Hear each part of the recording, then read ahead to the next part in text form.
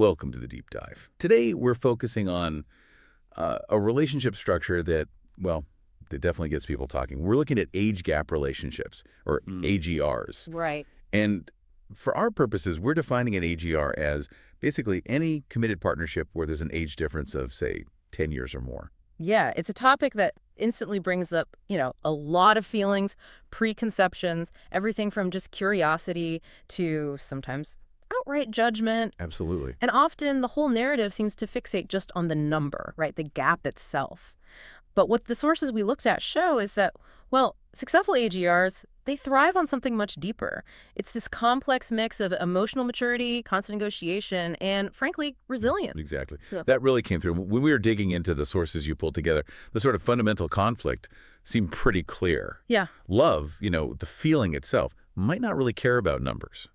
But society with all its ingrained expectations and, let's be honest, stereotypes, very much does care. Oh, absolutely. And that creates this really challenging environment for these couples. They have to navigate all of that external noise. So our mission for this deep dive, then, is to try and move beyond just those surface numbers, like completely beyond them. Right. We need to analyze the specific psychological drivers, what actually brings these couples together in the first place.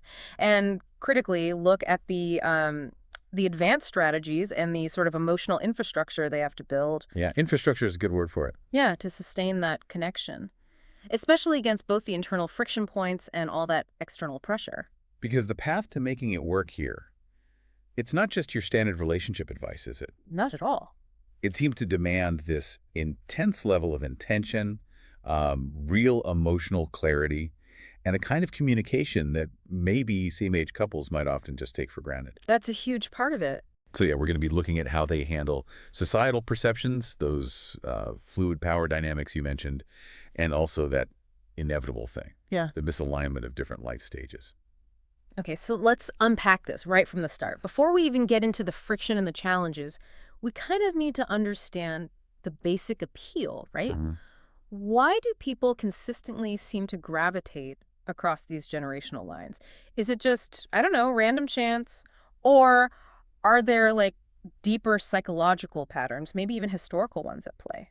Well, what's really fascinating when you dig into it is how the core motivations seem to have evolved, but the underlying patterns kind of persist. Okay. The attraction in these relationships, it's rarely simple. It's usually this really robust blend of, well, evolutionary echoes, social conditioning, and of course, individual choice. Evolutionary echoes. Tell me more about that. Yeah, so if you trace the theories back, way back to evolutionary psychology, there's this persistent idea or trace that remains. Historically, older partners, particularly men, often look for partners who represented peak fertility, and that usually meant youth. Right. That makes historical sense. And at the same time, younger individuals, especially women, often benefited, evolutionarily speaking, from partnering with older mates who were already established. They offered greater stability, protection, resources. I see. So, okay, fast forward to today. We live in a modern world where, for many, basic survival isn't the daily grind it once was. No. Are you saying those echo, that sort of resource-seeking and vitality-seeking are still there, just maybe dressed up differently? Precisely. That's a great way to put it. In the 21st century, for younger partners, the appeal often centers on prioritizing a kind of established stability that actually goes beyond just financial resources. I mean, they might look for the financial foundation, sure, but also things like emotional maturity, maybe intellectual depth, or a career path, a life path that's already sort of settled and established. Things an older partner is just statistically more likely to have already figured out. Exactly. They can offer this sense of grounding, Okay, and then flipping that, what's the driver for the older partner in the relationship? Is it just about being with someone young? Not purely, no. I mean, while youth certainly brings a kind of physical vitality, the sources suggest the attraction is often centered more on the vitality of perspective. Ah, okay. Perspective. Yeah. Older partners often find themselves drawn to maybe the adventurousness, the fresh insights, the sort of unjaded optimism, or yes, sometimes the sexual energy that a younger partner brings. So that a rejuvenation. In a way, it can offer a window back into a culture or maybe a life phase that the older partner has sort of moved past. The contrast itself can be the magnet, shaking up an established routine. That's a really powerful point. The magnet isn't just youth itself, but maybe novelty, a different viewpoint. But look, this isn't just some simple, like, transactional exchange, right? The sources also really emphasize that individual personality traits play a massive role in whether someone's even open to this kind of unconventional dynamic to begin with. Oh, absolutely critical. Yeah. When psychologists look at personality frameworks, especially the widely accepted Big Five model. Right. Openness, conscientiousness, etc. Exactly. They identify that trait called openness to experience. And individuals who score high on this, they tend to be intellectually curious, they appreciate novelty, they're often imaginative, and crucially for this discussion, they're generally less constrained by conventional rules or norms. So if you're just naturally someone who enjoys intellectual stimulation, seeks out new things, and you're kind of willing to disregard the traditional social playbook, Yeah. well, an AGR might just seem like another avenue for exploration. That's exactly it. For these individuals, the allure might be less about the partner's specific age and more about embracing a dynamic that actively challenges their perspective, maybe takes them outside their comfort zone, or simply affirms their desire to live, outside those prescribed social boxes. They're choosing authentic connection over just conforming. Essentially, yes. Prioritizing that connection. And it seems like, luckily perhaps, society is slowly, maybe grudgingly, making a bit more room for this kind of choice. The increased visibility of these couples, especially in the media, plus, technological shifts, seems to be broadening acceptance somewhat. Yeah, that's a really critical piece. We are seeing this sort of global rise of individualism, right? Which encourages people to define success and happiness more on their own terms. Less tied to traditional structures. Exactly. Less tethered to traditional marriage ideas. And alongside that, the arrival of online dating platforms has had this profound kind of normalizing effect. Okay, how exactly did online dating normalize AGRs? I mean, beyond just seeing profiles. Well, it's really about accessibility. Think about it. In traditional social circles, meeting someone who's, say, 15 or 20 years older or younger than you, that takes deliberate effort or just pure luck, right? Right, your paths might not naturally cross. Exactly. But online platforms, they allow users to set incredibly wide age filters. Suddenly, potential partners from completely different generations are visible, accessible, right there on your screen. Oh, okay. So it just increases the sheer possibility of making that connection, and it sort of normalizes the whole concept of looking for compatibility beyond just your immediate edge group. That's fascinating. Technology essentially lowering the barrier to nonconformity. Let's look at the actual data on acceptance, though, because that 2022 IPSOS survey you mentioned, it's really revealing about where society currently stands. Oh. And it highlights this pretty crucial gender disparity in approval. It really does. So the survey found a pretty substantial majority, 71% of Americans view older, many younger woman relationships, we're talking 10-plus year gap, as socially acceptable. Okay, so over 2/3, that's pretty high acceptance. It is. It shows a general okayness with that particular dynamic. The story changes when you flip the genders. Yes, significantly. Acceptance drops quite a bit, down to 60% when the relationship involves an older woman and a younger man. Wow, that's an 11-point difference. It is. And that 11-point gap is highly indicative, I think, of this lingering cultural bias.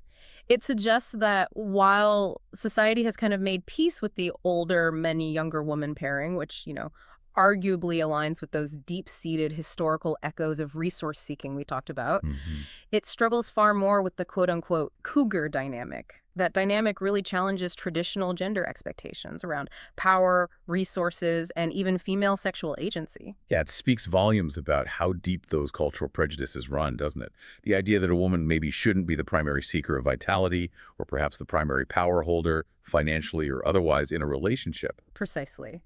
Those lingering stereotypes, the kind of judgment that relationship writers like Gigi Engel talk about, they're still culturally more permissible, it seems, for the cougar dynamic in a way that the older, many younger woman pairing has largely, though not entirely, overcome. But you mentioned visibility earlier. The sheer number of successful, high-profile couples must be helping chip away at that stigma, right? Yeah. Just by existing and demonstrating stability. Definitely. You mentioned George and Amal Clooney's 17-year gap there. Jerry and Jessica Seinfeld, also 17 years. These are established couples, power couples even, where the age gap feels kind of secondary to their combined influence and apparent happiness. Right, it's not the defining feature anymore. And then you have partnerships that really push the boundaries of societal acceptance, like Dennis Quaid and Laura Savoy. They have a 39-year difference. Wow, almost 40 years. Yeah. Or Steven Tyler and Amy Preston, also nearly a 40-year gap. These examples, they aren't just outliers. They kind of underscore a critical point for the public, I think, which is if a commitment can actually withstand decades of age difference, it must be driven by something far deeper than the superficial, often cynical motives that critics tend to assign. It forces people to maybe confront their own assumptions. Exactly. Assumptions about love, about commitment, and about what really constitutes a legitimate partnership in today's world. Okay, so Section 1 basically establishes that the why behind AGRs is this complex brew: evolutionary wiring, individual personality, specifically openness, and this slowly growing social tolerance, helped along by technology. Now, let's pivot to where the rubber really meets the road, the inevitable friction points. Okay. Now, here's where it gets really interesting, I think. Attraction might get you in the door, right? Right. But navigating the external friction and the internal conflict that really determines if the relationship lasts. That's the core challenge. If you choose an AGR, you are essentially choosing to live under a brighter spotlight, a higher level of scrutiny from the outside world. Absolutely. You have to develop thick skins. AGR couples, they will face stares, they'll get pointed questions, maybe subtle disapproval from friends, sometimes even outright criticism from family members. That sounds exhausting. It can be. And the sources we looked at repeatedly emphasize that the absolute #1 priority has to be deciding as a team how to handle that criticism, creating a united front. Protecting the relationship bubble. Exactly. If the couple lets that outside noise, those judgments, permeate their core bond, the relationship becomes incredibly vulnerable. And that outside noise, it's usually rooted in what one source called the crux of cultural distrust.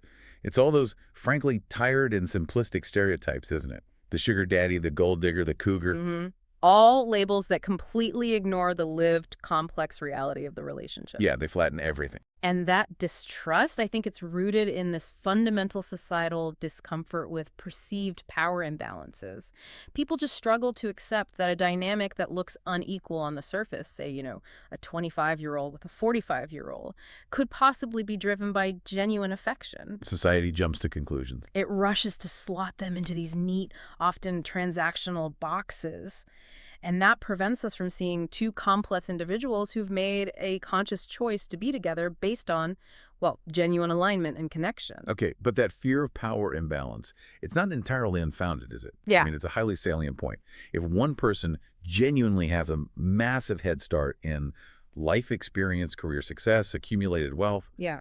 how does a couple realistically ensure the relationship doesn't actually tilt into control or dependency, or even like a mentor-student dynamic instead of a true partnership? Yeah, this is a really crucial area, and it requires intense proactive maintenance. While critics often just assume these power dynamics are inherently exploitative, the sources consistently remind us that power within a relationship is actually fluid. It's not static. It shifts and evolves over time, and it's based on various forms of capital, not just money. Okay, that's a great distinction. Power is fluid. What are some of these other forms of capital, then, that help balance the ledger, so to speak? Well, beyond just financial capital, the younger partner might wield significant social capital, maybe cultural capital, knowing what's current, what's relevant, or even technological capital, being more adept with new platforms or tech. Right. So the older partner might bring the financial stability and the life wisdom, sure, but the younger partner often brings that vitality we talked about, social relevance, modern tech savvy. It's an exchange. Can you give us maybe a practical, everyday example of how that fluidity might play out? Sure. Okay, so maybe the older partner makes most of the major financial decisions, investments, property, just based on their experience. That's exercising financial power, right? Sure. But perhaps the younger partner exclusively manages the couple's social life, their online presence, navigates all the tech interfaces, or keeps them connected to current cultural trends. That's exerting a powerful influence over the relationship's social trajectory and how it engages with the world. So power isn't just about who earns more. It's about who influences different aspects of this shared life. Exactly. Which means a healthy AGR requires this explicit, mutually agreed upon commitment to equality, regardless of whose name is on the mortgage or who pays the bigger share of the bills. It has to be non-negotiable. Absolutely. For the relationship to be truly healthy, there must be open discussion about real equality in decision-making, in sharing emotional labor, in planning the future together. Mutual respect is kind of the preventative medicine here. And if that respect isn't there? Well, if one partner consistently defaults to playing the role of the expert or the mentor or the sole financier, resentment will build up. It's almost inevitable. and the dynamic fundamentally shifts away from partnership towards something like dependency or instruction. Both voices have to be equally valued, listened to, even if their life experiences are vastly different. I imagine this idea of fluid power gets tested most severely during major life events, right? Like a job loss or maybe a significant health scare. That is precisely when the true nature of the power structure really comes to the surface. Yeah.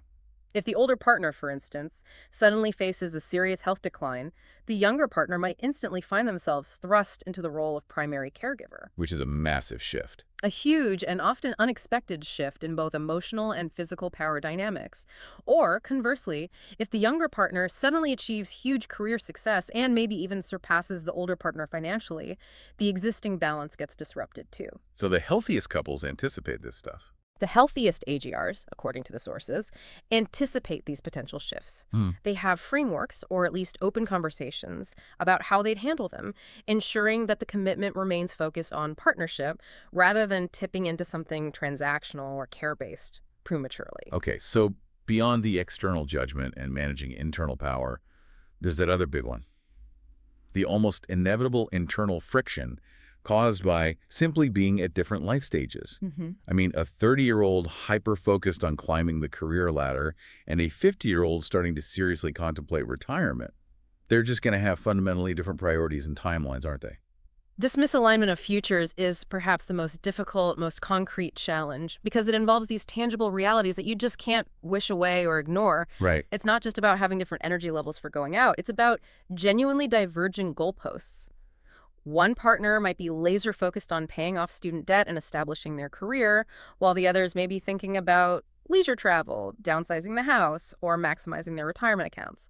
And their social worlds might look completely different, too. Dramatically different. One partner's friends might all be having baby showers and navigating early parenthood, while the other's friends might be dealing with grandkids or maybe caring for their own elderly parents.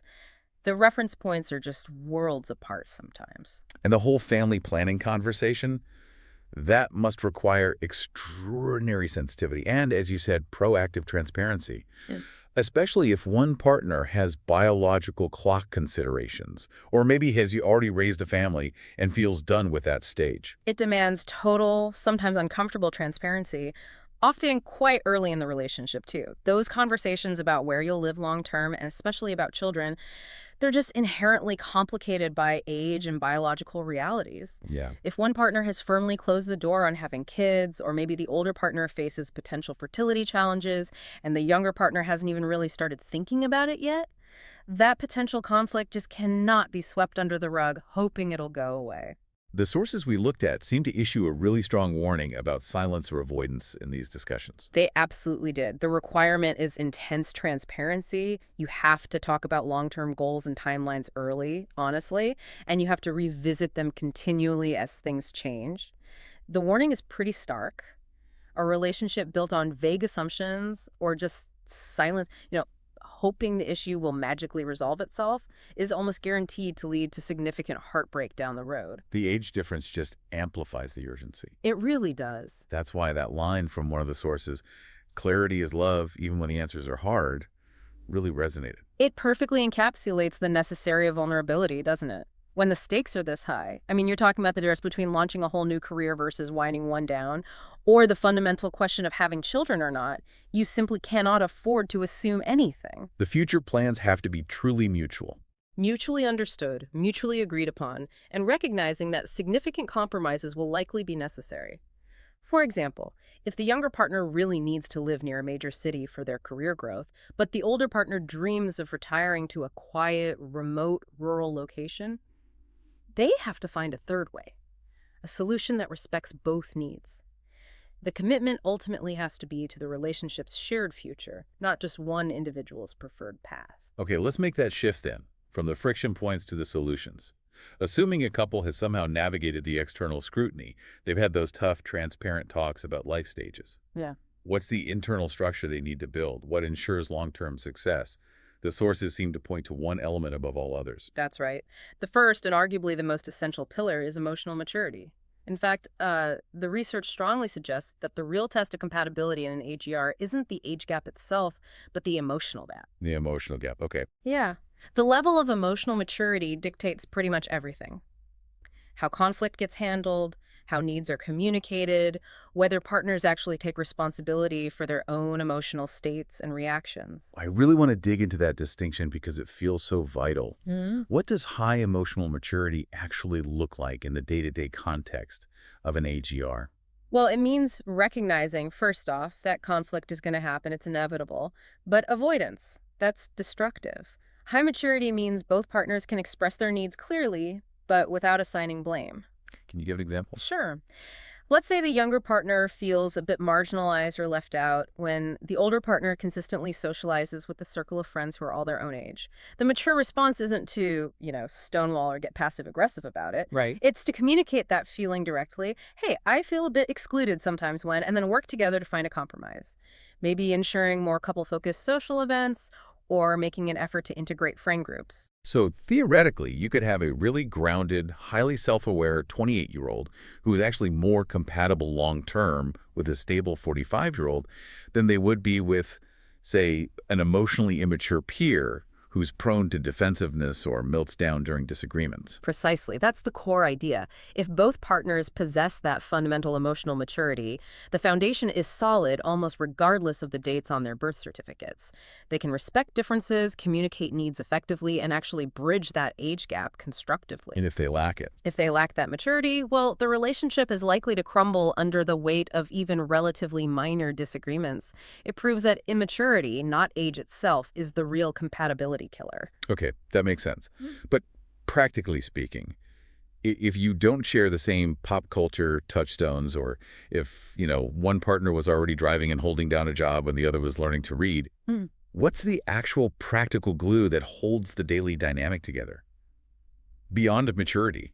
The real functional glue, according to the sources, is shared core values.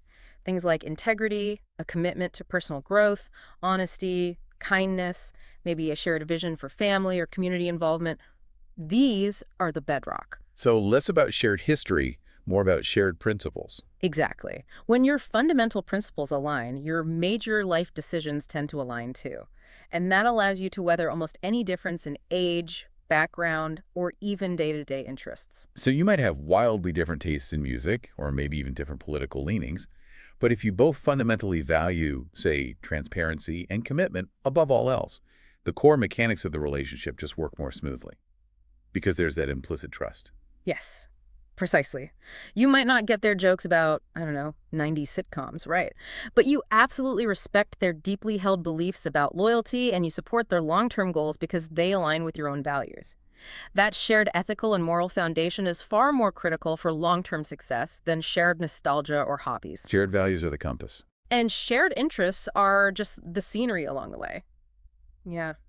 If the compass is broken, the journey fails, no matter how nice the scenery is. That brings us neatly to communication. Now, every relationship expert under the sun talks about communication, but why is it framed as exponentially more critical in an AGR compared to a typical same-age pairing? Because the potential for misunderstanding based purely on different life experiences and assumptions is just so much higher. Ah, okay. What one partner considers a normal relationship history or a normal way to handle conflict, or even just a normal pace of life, might be totally different for someone who grew up in a different decade under a completely different set of economic pressures and social norms. So assumptions are dangerous. Extremely dangerous. Clarity, therefore, becomes absolutely non-negotiable. You can't assume your partner understands your shorthand, your references, or your expectations. So how does this heightened need for clarity actually manifest in practice? What does it look like? It means leaning into proactive communication, not just reactive communication. It means regular check-ins, consciously making time to talk about goals, feelings, how the daily routines are working, what expectations might be shifting. It's necessary to prevent those unspoken assumptions from creeping in and festering into deep-seated resentments. So it's about consciously working to stay aligned, knowing that both individuals are going to evolve over time. Exactly. Staying aligned as you both evolve, which is pretty much guaranteed to happen over the long span of time that these relationships often cover. And that evolution piece, That's guaranteed, especially in a relationship spanning such wide time frames. The sources really seem to highlight the difficulty, but also the necessity of growth and adaptability here. They really do. Partners and AGRs need to recognize, maybe more than others, that personal growth rarely happens perfectly in sync. One partner might have a massive career shift, or an emotional breakthrough, or a change in priorities years before the other one does. The key is finding ways to support each other's evolution, even if that temporarily challenges the existing balance of power or the comfort level within the relationship itself. So the initial version of the relationship, the one that maybe started with that intense chemistry and attraction, Yeah. it's almost certainly not going to be the final version. Not at all. It can't be, if it's going to last. The dynamic will evolve over time, and any resistance to that natural evolution can be fatal to the relationship. Yeah. One source put it really well, saying that strong age gap relationships grow in layers, not leaps. The couples who endure are those who stay adaptable, who remain open to continually redefining what their partnership looks like at each new stage. So maybe shifting focus from, say, high-energy dating early on to more focused retirement planning later. Or moving from fierce independence to perhaps increased reliance or interdependence. Exactly those kinds of shifts. If they cling desperately to the initial attraction or the way things were in the very beginning, the age gap, which might have been irrelevant initially, could ultimately define the finish line rather than just being part of the starting point. Adaptability is everything. Okay, let's dive into some of the perhaps more sensitive but really practical areas where that age difference often becomes most visible day to day, starting with lifestyle and the long-term physical differences. Yeah. This point is really crucial for long-term happiness and sustainability. Partners have to be, well, profoundly mindful of the likely long-term divergence in things like energy levels, maybe health goals, even basic social requirements. It seems obvious, but maybe easily overlooked in the beginning. Very easily. I mean, it's perfectly normal, statistically speaking, for a 25-year-old to maybe want late nights out multiple times a week, while their 45-year-old partner might genuinely prefer quiet evenings in and waking up early. The goal isn't for one person to force the other into their rhythm. It's about finding a balanced compromise. Okay, but how does that compromise work realistically? Without one partner feeling like they're being dragged down or the other feeling constantly pressured to kind of keep up unnaturally. It really requires intentional, almost structured planning sometimes. Couples need to consciously create shared rituals that actually honor both lifestyles. So, for example, maybe alternating date nights. One weekend, it's a high-energy social event that the younger partner loves. The next weekend, it's a cozy night in, focused on shared, quiet hobbies that maybe the older partner prefers. Like a deliberate give and take? Exactly. The real risk is when one partner feels they have to sacrifice their natural rhythm entirely just to keep the peace or match the other person. That almost inevitably leads to burnout or simmering resentment down the line. And beyond just the daily habits and energy levels, there's the bigger, unavoidable reality of long-term health and the potential for caregiving roles emerging sooner than expected. That must be addressed. It absolutely must. The younger partner in particular needs to be highly aware going in of the increased statistical likelihood of assuming caregiving responsibilities much earlier than they probably would in a same-age relationship. That transition from partner to potentially caretaker. That sounds incredibly demanding. It can be extremely demanding, yeah, leading to significant emotional and physical burnout if it's not discussed openly, honestly, and ideally planned for in advance. So this isn't just about being emotionally aware of the possibility. It actually requires concrete planning for the future, like logistics. Absolutely. It really moves beyond just conversation into practical logistics. Things like estate planning, making sure durable powers of attorney for healthcare are set up, maybe discussing long-term care insurance options, and explicitly defining boundaries and expectations around potential caregiving roles before they become urgent. Acknowledgement, not avoidance. That's the only healthy path here. The couples who seem to navigate this best are those who confront the reality of aging together, head on, and make agreements now to protect both partners' well-being later on. That makes the whole financial discussion even more intense, doesn't it? Because money isn't only a source of potential power imbalance, as we discussed, but it often gets tangled up with those future caregiving needs and long-term security questions. Financial transparency becomes utterly non-negotiable at this point, precisely to prevent hidden tensions and resentments from building up, since one partner, usually the older one, often enters the relationship with greater financial stability or income. Right. Couples have to be incredibly upfront about everything. Daily expenses, how large gifts are viewed or handled, savings goals, retirement plans, inheritance intentions. Everything needs to be on the table. And what's the real danger if they aren't that transparent? What happens? Well, the danger is that the partner with less financial capital starts to feel like, or maybe even becomes, a dependent rather than an equal partner. Or, conversely, the partner with more capital starts to feel more like a provider, or even resentful rather than a partner sharing a life. It shifts the dynamic fundamentally. It does.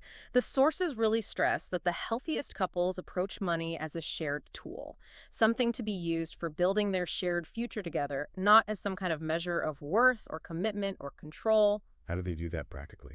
Often this involves things like clear prenuptial agreements, maybe defined joint accounts for shared household expenses alongside separate personal accounts, and really detailed ongoing discussions about how wealth will be managed, invested, or eventually passed on. Transparency is key. Okay, let's shift gears slightly and turn to intimacy. The research you found here provides some very specific, quite nuanced data regarding sexual satisfaction in AGRs. And it seems to differ based on gender roles, offering a critical counterpoint to some common societal assumptions. Yes, this is digging into that 2025 study by Banbury and colleagues, which focused specifically on satisfaction metrics within age gap pairings. And it revealed some really fascinating and maybe unexpected differences depending on who was older. Okay, lay out the main findings for us. What did they discover? Okay, first, they found a difference in what actually predicts relationship success or satisfaction. For women in AGRs, they reported that both overall relationship satisfaction and their level of sexual satisfaction were strong predictors of the relationship's viability long term. Both mattered equally. Both were significant predictors, yes. But for men in AGRs, interestingly, only general relationship satisfaction was reported as a key predictor of viability. Sexual satisfaction didn't emerge as strongly in the predictive model for them. Huh. That suggests maybe that sexual satisfaction carries more essential weight, or is more essential to the overall assessment for women when they're evaluating the health and longevity of their age gap relationship. That's one interpretation, yes. It seems to be a more critical component for them. Furthermore, the overall trend in the study was actually quite positive. Older adults who were dating younger individuals generally reported higher levels of both sexual and relationship satisfaction compared to their peers in same-age relationships. Okay, so that supports the general idea that the dynamic can be mutually beneficial. That freshness, that vitality we talked about earlier. Exactly. It suggests that something about the AGR dynamic itself often leads to higher overall satisfaction for the older partner, at least. Now, let's drill down into those surprising gender dynamics you alluded to, specifically regarding sexual functioning and satisfaction. Right. So when the researchers isolated the older, many younger woman dynamic specifically, they found something interesting. The older men in these pairings reported being significantly more preoccupied with their own sexual functioning. More preoccupied, meaning more worried about it. It suggests potentially an elevated level of pressure, maybe performance anxiety, perhaps a concern about maintaining vitality, specifically because of the age gap. That makes a certain intuitive sense, doesn't it? Given societal expectations around masculinity, potency, especially when paired with a younger partner, the pressure would be on. Exactly. But here's the really striking and maybe the most critical finding from that Banbury research. Younger women who were dating older men reported, on average, lower levels of overall sexual satisfaction, lower levels of sexual arousal, and fewer orgasms compared to the older women who were dating younger men. Wow. Okay, say that again. Younger women with older men reported lower sexual satisfaction than older women with younger men. That's what the data indicated, yes. Yeah, A significant difference. And it really challenges the entire prevailing narrative, the stereotype that the older, many younger woman pairing is somehow universally optimal or maximally satisfying, especially for the woman. Absolutely challenges it. So what might be going on there? Well, it provides a powerful sociological and psychological insight, potentially. While that older, many younger woman pairing is, as we discussed, more socially accepted, the underlying power dynamics, even if subtle, might inadvertently hinder true intimacy or open communication about sexual needs. It's possible the perceived or real power imbalance prevents the younger woman from feeling fully comfortable articulating her needs or desires, maybe leading to a suppression of honest sexual communication. And conversely, the dynamic with the older woman and the younger man, the less socially accepted one, might actually free up those constraints somehow. That's a strong possibility raised by this data. In the older woman, younger man dynamic, the woman is often the one who is more established emotionally, perhaps financially, more experienced.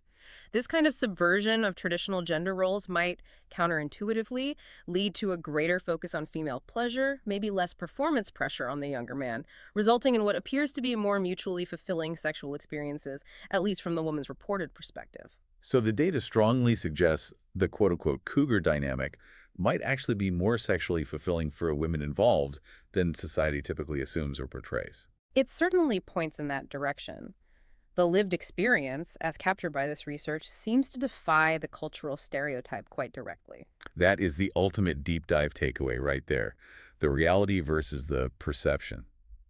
Okay, finally, let's touch on generational respect and humor. How do couples successfully ensure the age gap becomes a source of richness and interest, rather than annoyance or resentment? Well, it really circles back to that core mandate we discussed earlier. Treat each other as absolute equals.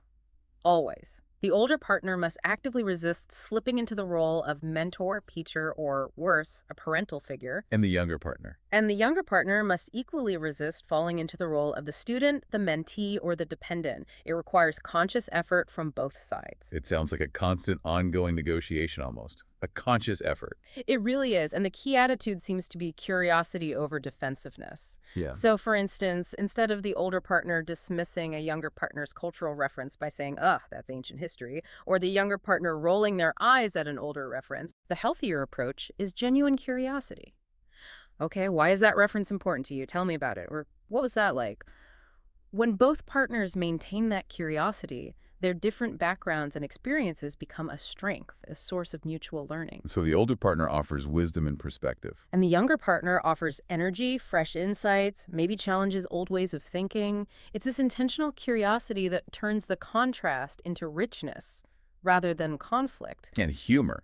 Humor seems essential as the social lubricant to make all of this work smoothly. Humor is Yes. absolutely key, yeah, because it breaks tension, it lightens the mood, and it genuinely helps bridge those inevitable generational gaps. When your partner just doesn't understand your favorite childhood cartoon, or when you accidentally use some hopelessly outdated slang. Happens to the best of us. Right. Shared humor helps you both embrace those differences playfully, rather than letting them become points of friction.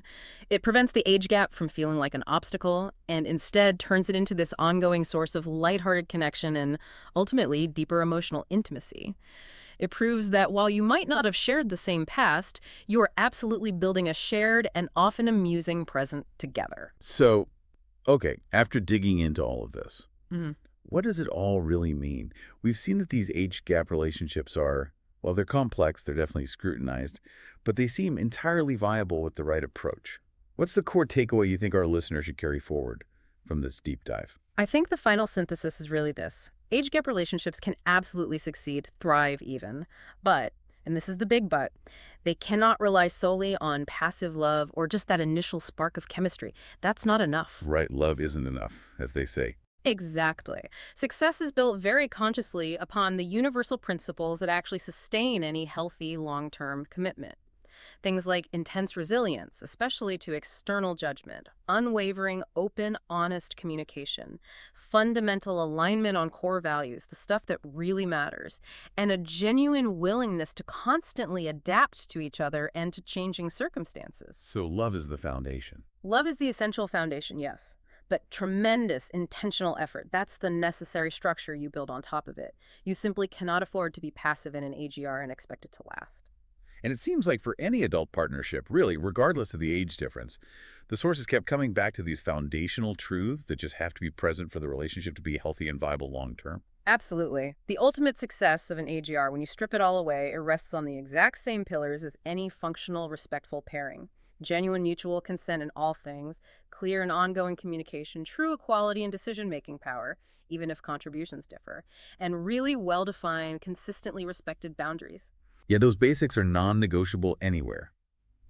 We've seen throughout this deep dive, too, that society's slowly growing acceptance of age gap relationships seems to reflect a much broader cultural shift, doesn't it? Towards individualism, towards normalizing nonconformity in various aspects of life. A willingness to maybe reject traditional scripts in favor of finding authentic connection wherever it occurs. That's exactly right.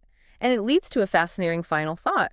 If society is becoming gradually more accepting of these sometimes radical age differences in foundational committed partnerships, it forces us to ask, doesn't it? Ask what? What fundamental social custom or institution, maybe something completely outside of the family structure, do you think will be the next domino to fall? The next convention to be completely redefined by this growing acceptance of nonconformity, of choosing authenticity over tradition? That's a provocative question to leave our listeners with. Definitely something to keep exploring.